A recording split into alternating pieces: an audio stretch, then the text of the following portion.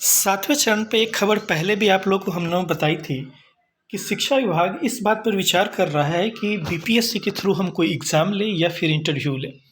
भले शिक्षा मंत्री रह के इनकार कर देते हैं, अभ्यर्थी भी रह के इनकार कर देते हैं, लेकिन इनके मन में कहीं न कहीं कोई तमन्ना है, क्योंकि 1994 में भी राजद की जब सरकार थी तो बीपीएससी के द्वारा एग्ज़ाम लेकर ही बहाली हुई थी। सिर्फ डिग्री दिखाओ नौकरी पाओ के आधार पर उन्होंने बहाली नहीं की थी। इसी संबंध में खबर यहाँ पे अखबार में आज भी छपी है।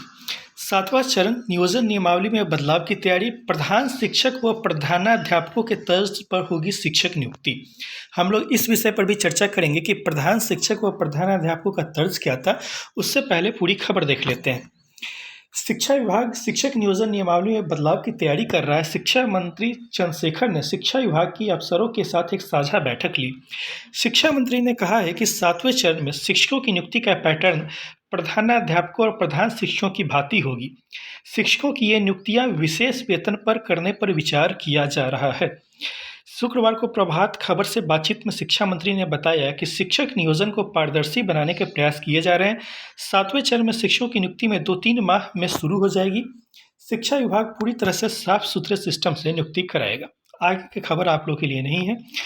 अब यहाँ पर लिखा है कि बैठक में शिक्षा मंत्री प्रोफेसर चंद्रशेखर ने विभागीय अफसरों को 2 टूक बता दिया है कि सातवें चरण के पहले हर हाल में नियमावली में संशोधन जरूरी है ताकि अच्छे शिक्षकों का चयन किया जा सके। अब बात यह है, 2-3 खबर यहाँ पर महत्वपूर्ण है। पहला कि जो बहाली होगी इसको सरकार बीपीएससी के थ्रू जो प्रधानाध्यापक और प्रधान शिक्षक की बहाली हुई थी उस पैटर्न पे करना चाह रही है। और बात है कि प्रधानाध्यापक और प्रधान शिक्षक का पैटर्न क्या था।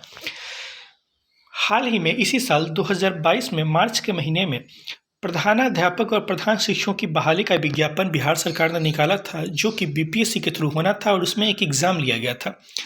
उस एग्ज़ाम को जो लोग क्वालिफाई किए उन्हीं लोगों की नियुक्ति प्रधानाध्यापक और प्रधान शिक्षकों के रूप में हुई।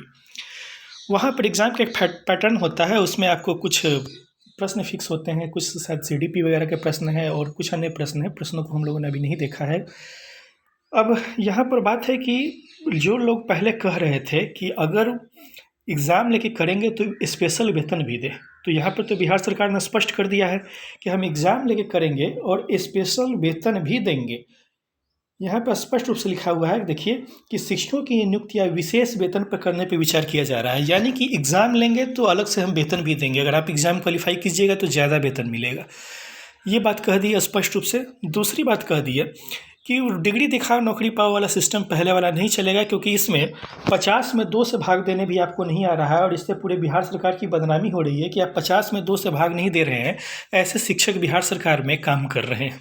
ऐसे 1-2 शिक्षक नहीं है, हज़ारों लाखों शिक्षक हैं।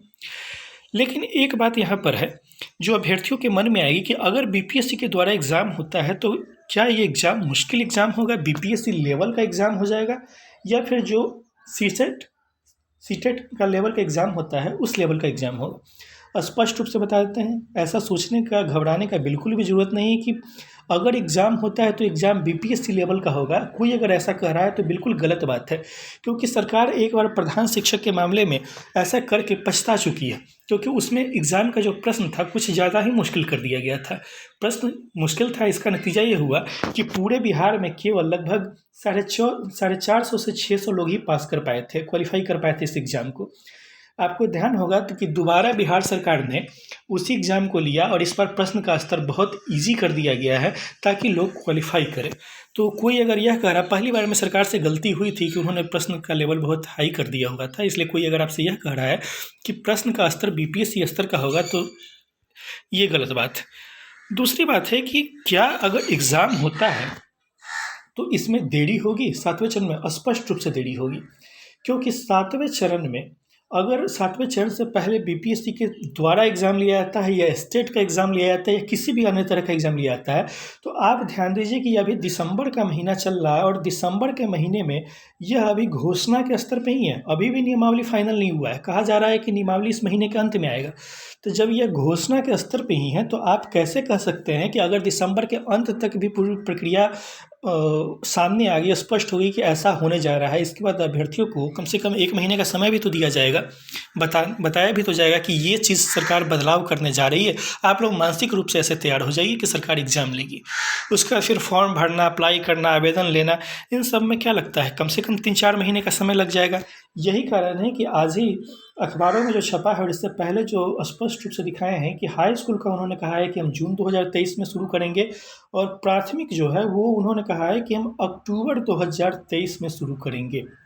सीधी-सीधी सी बात है कि अगर परीक्षा होती है तो फिर ज़्यादा वेतन तो मिलेगा, लेकिन 7वें चरण में देरी भी होगी।